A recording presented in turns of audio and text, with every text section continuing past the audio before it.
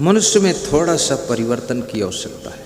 बहुत ज़्यादा कमियां नहीं हैं, बहुत अच्छाइयाँ हैं आपके अंदर, लेकिन थोड़ा सा 1% बदलाव की जरूरत है। ऐसा कोई इंसान नहीं जिसके पास में प्रेम ना हो। मनुष्य तो प्रेम का सागर है। आप गाय से प्रेम करते हो, बछड़े से प्रेम करते हो, कुत्ते बिल्ली से प्रेम करते हो, पेड़ पौधों से प्रेम करते हो, आप सामान से प्रेम करते हो, घड़ी छड़ी से प्रेम करते हो, गाड़ी से प्रेम करते हो, साड़ी से प्रेम करते हो।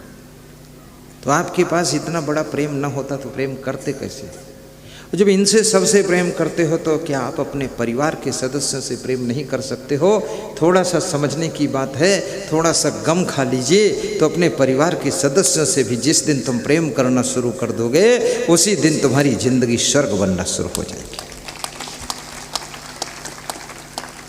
मृदुवाणी सुंदर स्वभाव सभी सुखों की खान है, प्रेम की गंगा बहे जहाँ पर वह घर स्वर्ग समान है।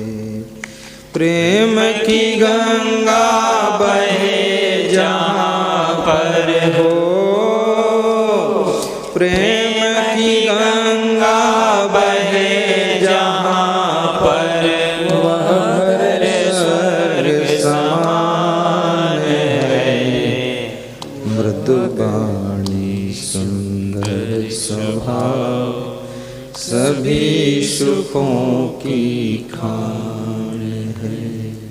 मृदुवाणी सुंदर स्वभाव सभी सुखों की खान है। खिले फूल खुशियों के जहाँ पर, खिले फूल खुशियों के जहाँ पर ओठों पे मुस्कान है। प्रेम की गंगा बहे जहाँ पर वह घर स्वर्ग समान है। प्रेम की गंगा बहे जहाँ पर वह घर स्वर्ग समान है। प्रेम की गंगा बहे जहाँ पर, प्रेम की गंगा बहे जहाँ पर वह घर स्वर्ग समान है। मृदु घर स्वर्ग समान है, वह घर स्वर्ग समान है। बोलिए सद्गुरु भगवान की जय।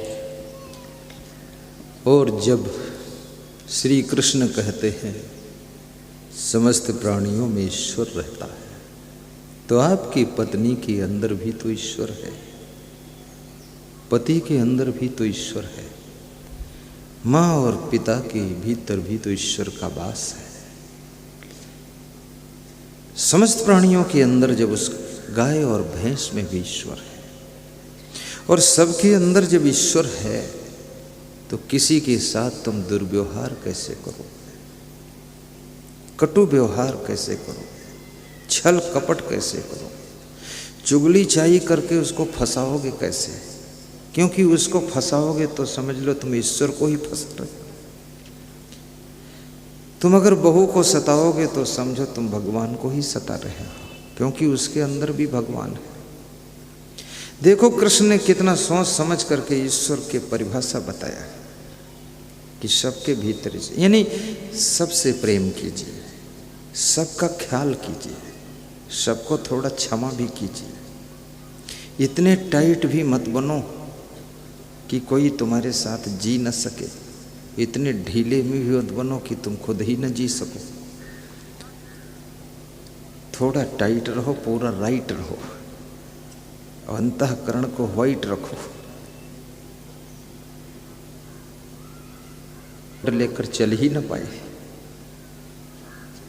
इतना कड़ा अनुशासन भी मत रखो कि लोग उस अनुशासन में रह ही न सके, और इतना ढीला अनुशासन भी मत रखो कि जो सारा चौपट ही करते।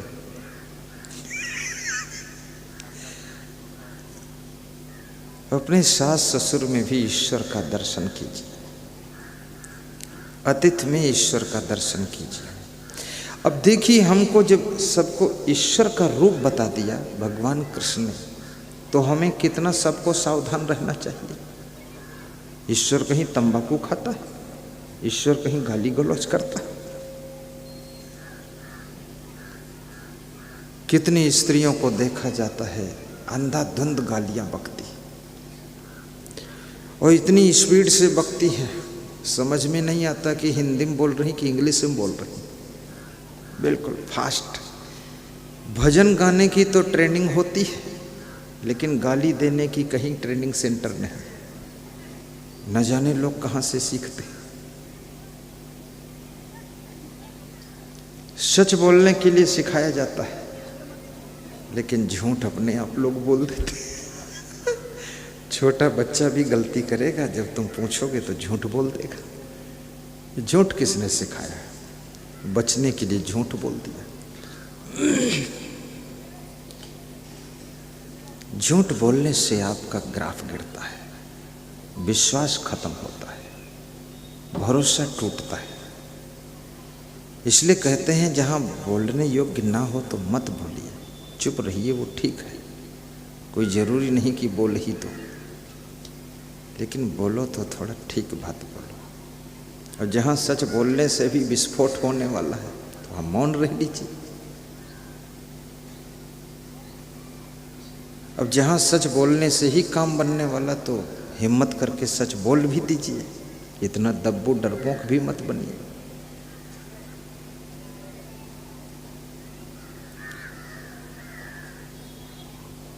ईश्वर गाय के अंदर भी है, भैंस के अंदर भी है, और बकरी मुर्गी के अंदर भी है। इसलिए आज संकल्प लीजिए कि हम शाकाहारी बनेंगे, व्यसन मुक्त बनेंगे, कोई नशा नहीं करेंगे, माताओं बहनों को प्रेम सम्मान से रखेंगे, इनकी बुद्धि का भी सदुपयोग करेंगे।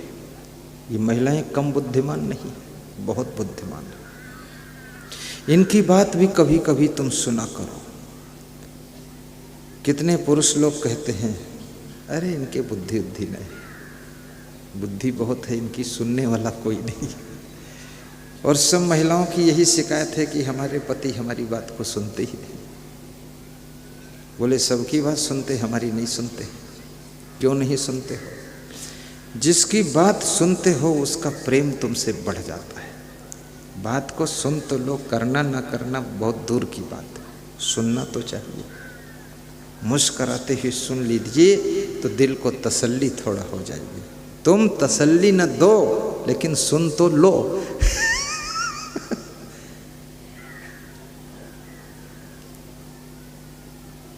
और ज़्यादा सभी बातें सुनाना भी नहीं चाहिए, क्योंकि कुछ बातें ऐसी हैं जिनको सुनाने से भी बहुत डिस्टर्ब होता है। कुछ बातें तो जिंदगी भर अपने अंदर ही रखना चाहिए, और जब मर जाओ तो चिता में जल के राख हो जाएंगे। लेकिन बोलना मत, बोलने से बहुत बड़ा विस्फोट हो सकता है। हर बात हर किसी से कही नहीं जाती है, हर बात हर किसी से सही नहीं जाती है। गुजारने को तो जिंदगी गुजर जाती है, हर बात हर किसी से कही नहीं जाती है।